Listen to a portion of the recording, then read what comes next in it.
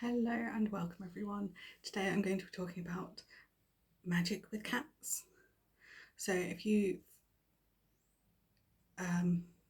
new to the channel, I have a couple of cats.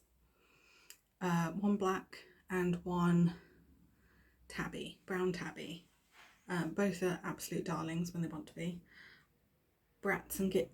She's a brat, he's a git most of the time. The rest of the time. But I wanted to share a bit about how you can do magic either with a cat present or with fur or whiskers. You can find them in plenty of aspects of the craft.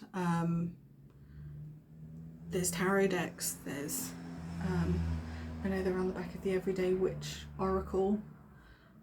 Like, it's so different to the 1200s when the Catholic Church just decided they didn't like cats and therefore they were evil and companions to devils and witches. It became a superstition of that time.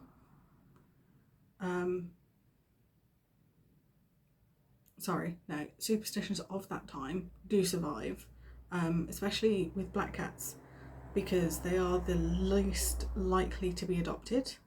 If there is a litter of kittens, the black cats will go last. I remember when I was looking for a kitten, I wasn't interested in the other kittens in the litter, which by the time I was able to say, yes, I've got the money for the adoption fee, bring one to me. All the non-black cats have gone. So there were some ginger cats in his litter. There were some black and white cats as well. And then there were 3 or 4 black cats. And Loki's definitely a black cat. He's a black cat. Like, there's no getting around it. But he was, those 3 to 4 cats were the last ones to want to be adopted. And I'm like, yeah, but black cats are just gorgeous.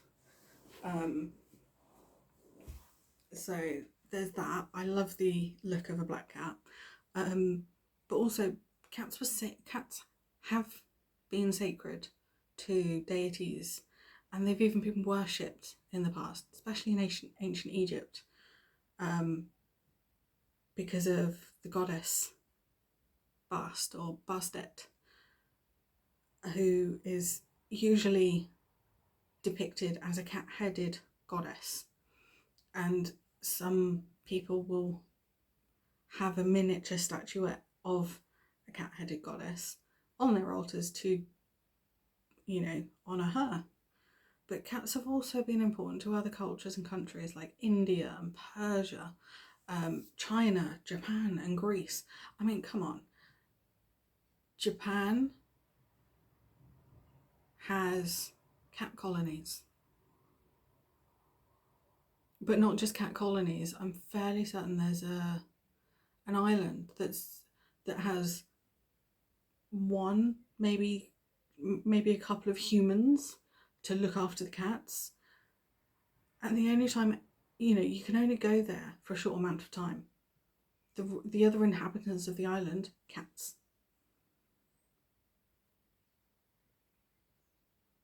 Cats are sacred to them. I love that. I want to go and visit cats in China, in Japan. Just because. Cat cafes. I mean, where did that come from? The Far East. There's a reason for that. I don't care what the reason was, but I mean, cats are most commonly depicted as familiars to witches, especially in today's modern ideas of Halloween. scary black cats, hissing, you know, arched back, fur on end. Like, Loki doesn't do that. Loki's not that kind of cat. He's only done it once. But that was because I had a friend round who had a dog. And he's not a fan of dogs, but that's him. You know, he's not a fan of dogs, that's him, that's fine. No dogs have been allowed in since. But, you know, it's that whole process of, he's a cat. Luna is a scaredy cat. She's getting better, she's getting braver, but she is essentially a scaredy cat. If someone knocks on my door, she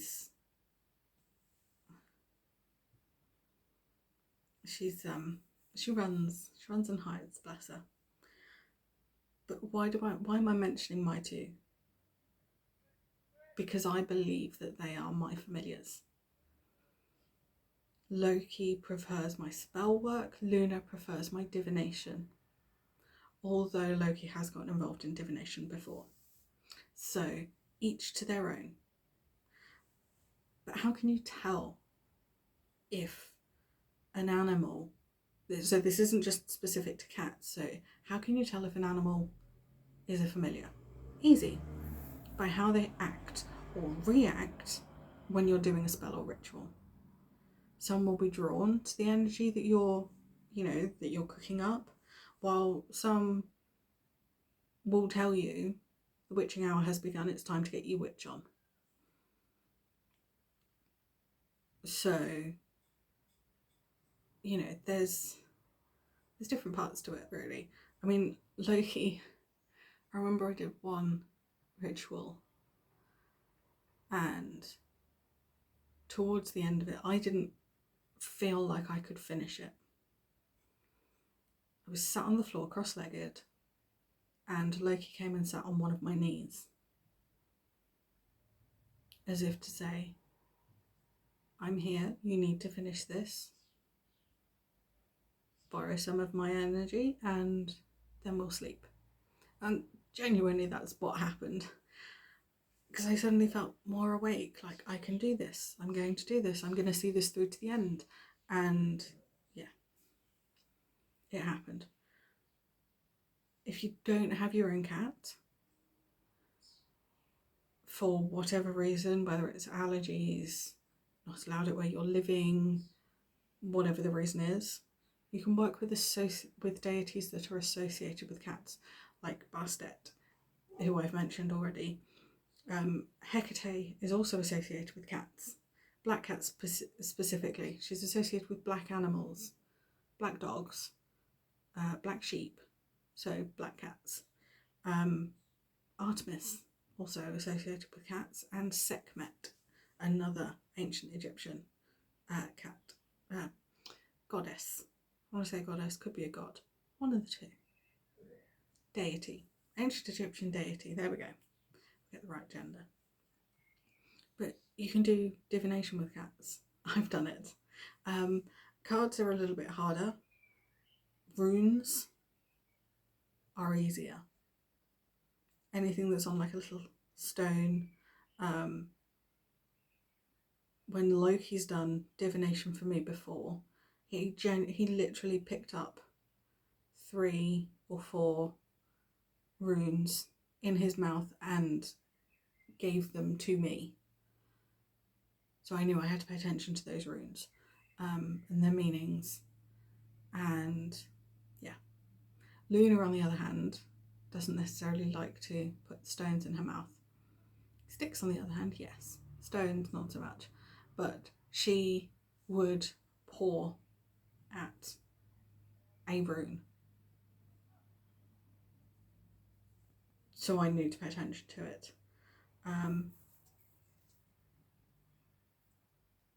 But you can use their nails and whiskers in spells. Now, just to prove that, I have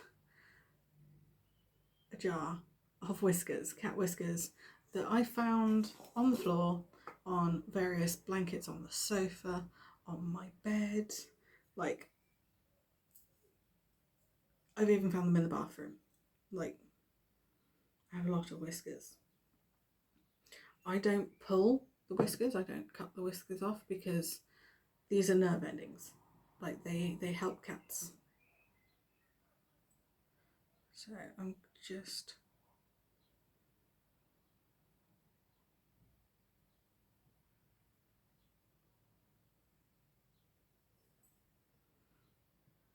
going to grab a couple, because I know whose is who. I know which whiskers who belong to who.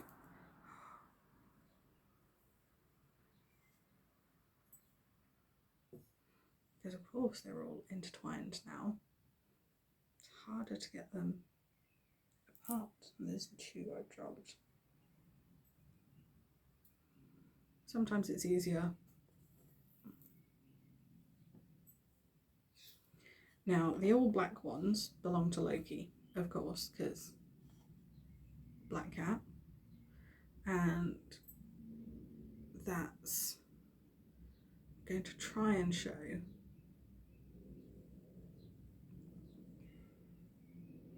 So this is one of Loki's whiskers. It's all black.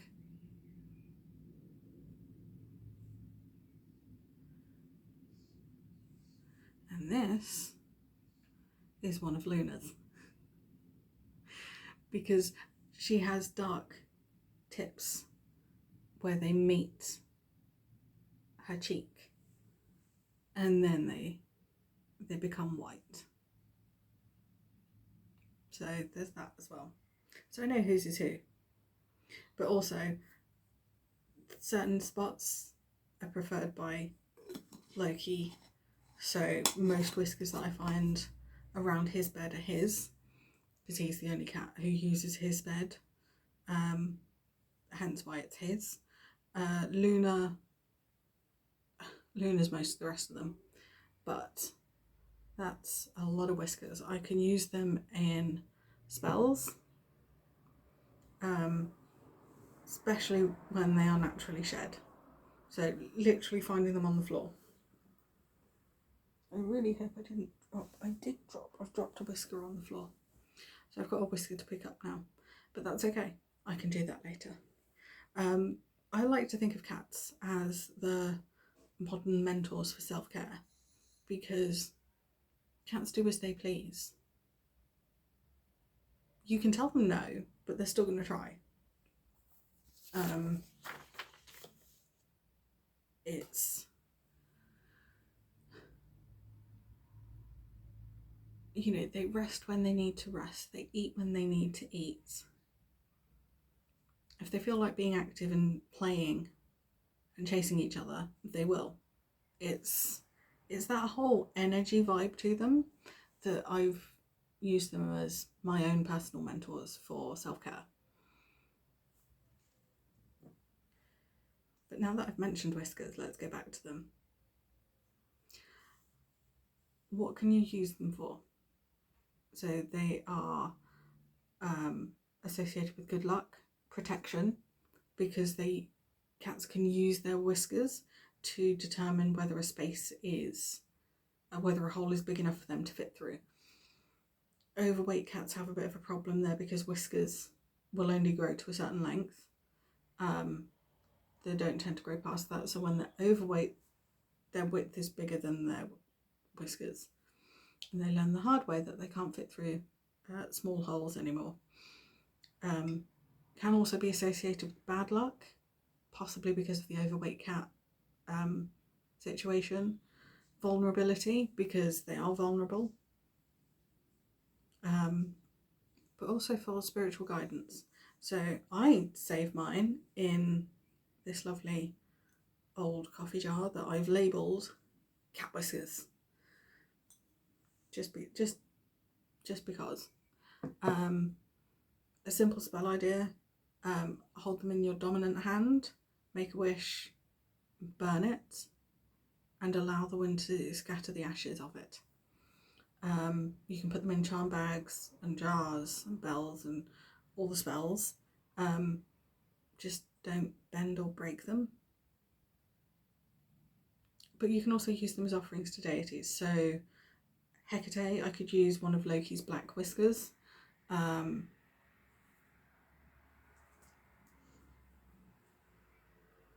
as I mentioned, you can use their claws as ingredients in spells.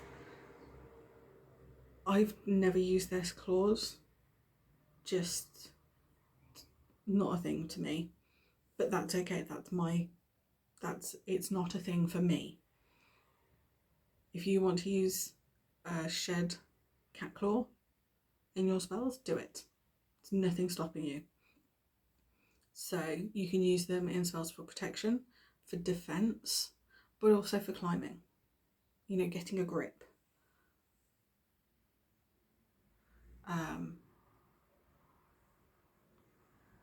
Yeah, that's everything I have on cats. Oh, forgot to mention, you can use their fur. You can use their fur in spells as well.